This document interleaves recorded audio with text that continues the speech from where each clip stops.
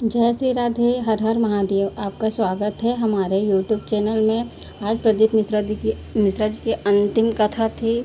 महामृत्युंजय शिव पुराण की 5वीं दिवस थी, जो कि संपूर्ण हो चुका है। और उसी कथा का जो उपयोगी पत्र है, नए उपाय हैं, बेलपत्री का नए उपाय बताए हैं और संक्षिप्त गुरुजी ने बताया है कि एक कवि अपनी वाणी से अपने शब्दों से व्यक्ति को रिझाने का काम करता है। ठीक उसी प्रकार एक कथाकार अब भक्तों को भक्ति तक ले जाने का कार्य करता है। प्रत्येक कथा की दूसरी जानकारी की ओर गुरुजी ने बताया कि कई बार आपके मन में एक ख्याल आता होगा कि मेरे बगल के लड़के की नौकरी लग गई, उसका अच्छा घर बन गया, वो अच्छे उन्नति कर गए। इस प्रकार से आपके मन में ख्याल ज़रूर आता होगा। हमें उनकी उन्नति को देखकर, उनकी बढ़ोतरी को देखकर ईर्ष्या नहीं करनी है। हमें ईर्ष्या के बजाय एक लोटा जल और एक अक्षत का दाना, एक बेलपत्र लेकर हमें शिवालय जाना है और शिवालय जाकर एक लोटा जल अर्पित करना है। आपको भी कुबेर भंडारी देगा ही। सबके बच्चों की नौकरी लग रही है, मेरे बच्चे की नौकरी नहीं लग रही है, ऐसा अपने मन में ख्याल आ रहा है तो उसके लिए गुरुजी ने कुछ उपाय बताए हैं। उस उपाय को आप कीजिए। इस उपाय को करने के लिए आपको एक अक्षत का दाना, एक बेलपत्र लेकर शिवालय जाना है। शिवालय जाकर बेलपत्र में पीला चंदन लगाना है और अक्षत के दाना शिव जी पर अर्पित करने हैं। अब विशेष ध्यान रखें कि बेलपत्र की डंडी जलाहारी की ओर होना चाहिए। मेरा बेटा 3 साल का है और उसकी डॉक्टर को दिखाया। डॉक्टर के पास गए तो बोले कि उसके पेट में आंतें उलझ गई है, तो ऑपरेशन को बोल दिया था। हमने 5 दिन का समय मांगा। 5 दिन का समय मांगा गुरुदेव, और उसमें 1 लोटा जल चढ़ाया और शिव आराधना की। हमने पशुपति व्रत किया, शिवलिंग पर जल चढ़ाया। उस जल का अपने बेटे को आचमन कराते थे। 5 दिन बाद जब हम डॉक्टर के पास गए तो डॉक्टर ने रिपोर्ट देखे और जांच किया। रिपोर्ट देखा तो कह दिया कि इसके सभी आंतें अब नॉर्मल है। मैं उसी का आभार व्यक्त करने इस कथा पंडाल में आई हुई हूँ। गुरुदेव ने अगली जानकारी बताया है कि आप इस बरसात के समय में एक बेलपत्री का वृक्ष जरूर लगाएं। उस बेलपत्री का यदि किसी को छाँव मिलेगा तो उसका पुण्य आपको मिलेगा। और यदि वो बेलपत्र बड़ा हो गया, पेड़ हो गया और उसकी जो पत्ती शिवजी पर अर्पित होगी तो आपका कल्याण ही होगा।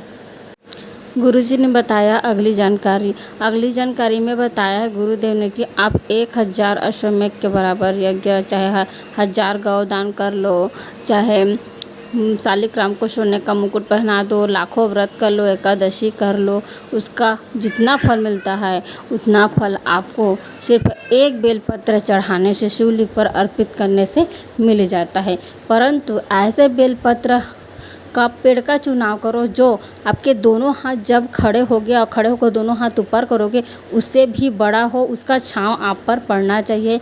ऐसे बेलपत्री के पेड़ का पत्र, जो पत्ता है, उसको अर्पित करने से हमें लाभ होता है। और छोटे पौधों के बेलपत्र को नहीं तोड़ना चाहिए, उससे हमें पाप पड़ता है।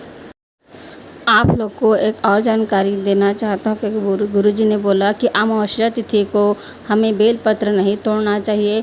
और कहीं कहीं जगह जब कोई दार्शनिक स्थल हो वहाँ पर बेलपत्र की डंडी को तोड़कर बेलपत्र बांटे रहते हैं कई लोग, तो उस बेलपत्र की डंडी जो तोड़े रहते हैं उसका फल नरक जैसा मिलता है। वैसे नहीं करना चाहिए।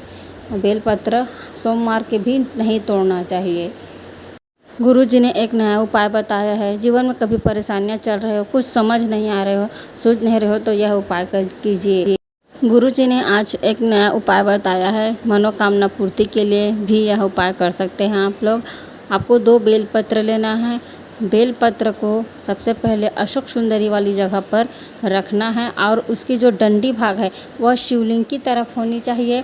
और दूसरा बेलपत्र शिवलिंग पर अर्पित करें और ऐसे अर्पित कीजिए, ध्यान रखिएगा इस बात को, आप ऐसे अर्पित कीजिए कि आप जैसे बैठे हो तो वो जो शिवलिंग पर बेलपत्र आप अर्पित कर रहे हैं उसकी जो डंडी है वो आपके जस्ट विपरीत दिशा में होनी चाहिए। फिर आप 1 लोटा जल ले लीजिए। उस जल को धीरे धीरे अशोक सुंदरी पर से डालते सीधे शिवलिंग पर लाना है और जल को अर्पित करना है।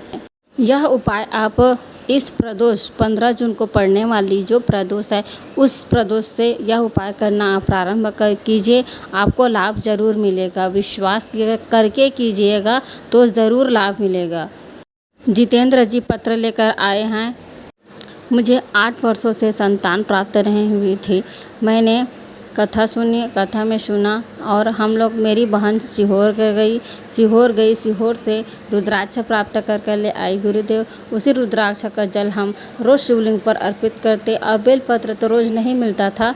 रोज़ तो शिवलिंग पर जो चढ़ी बेलपत्र है उसको पत्र को धोकर फिर से बाबा को अर्पित करते और जल चढ़ाते और जल का आचमन किया और 8 साल बाद मुझे पुत्र रत्न की प्राप्ति हुई है। उसी का कथा पंडाल में आभार व्यक्त करने आया हूँ। गुरुदेव ने नए उपाय बताया है। उसमें कहा है गुरुदेव ने कि सोमवार की अष्टमी पड़े या फिर शिवरात्रि पड़े जो हर महीना आता है, तो उसमें इस उपाय को कीजिए। जो उपाय इस प्रकार हैं। आप इस उपाय को अभी पढ़ने जा रही है 16 जून प्रदोष को कर सकते हो और 26 जून को अष्टमी पड़ रही सोमवार को, उसमें कर सकते हो। आपको थोड़ा सा दूध लेना है, कच्चा दूध, और एक बेलपत्र लेना है। इस उपाय को आप घर के अपने शिव जो रखे रहते हैं, शिव मंदिर शिवालय, उसमें भी कर सकते। घर पे जो शिवालय रखे रहते हैं उस पर भी कर सकते हैं या मंदिर जाकर भी कर सकते हैं।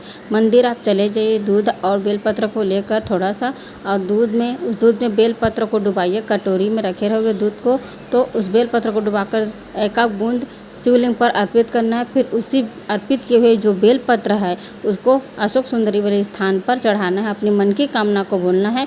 विश्वास करते हुए श्री शिवाय नमस्तुभ्यम कहते हुए आपको उस बेलपत्र से दूध को अर्पित करनी है। आपको कार्य में सिद्धि प्राप्त होगी, मनोकामना पूर्ण होगी। यदि मेरी वीडियो अच्छी लगी हो तो प्लीज़ कमेंट में हर हर महादेव कमेंट करना और एक लाइक करना और चैनल को सब्सक्राइब करना।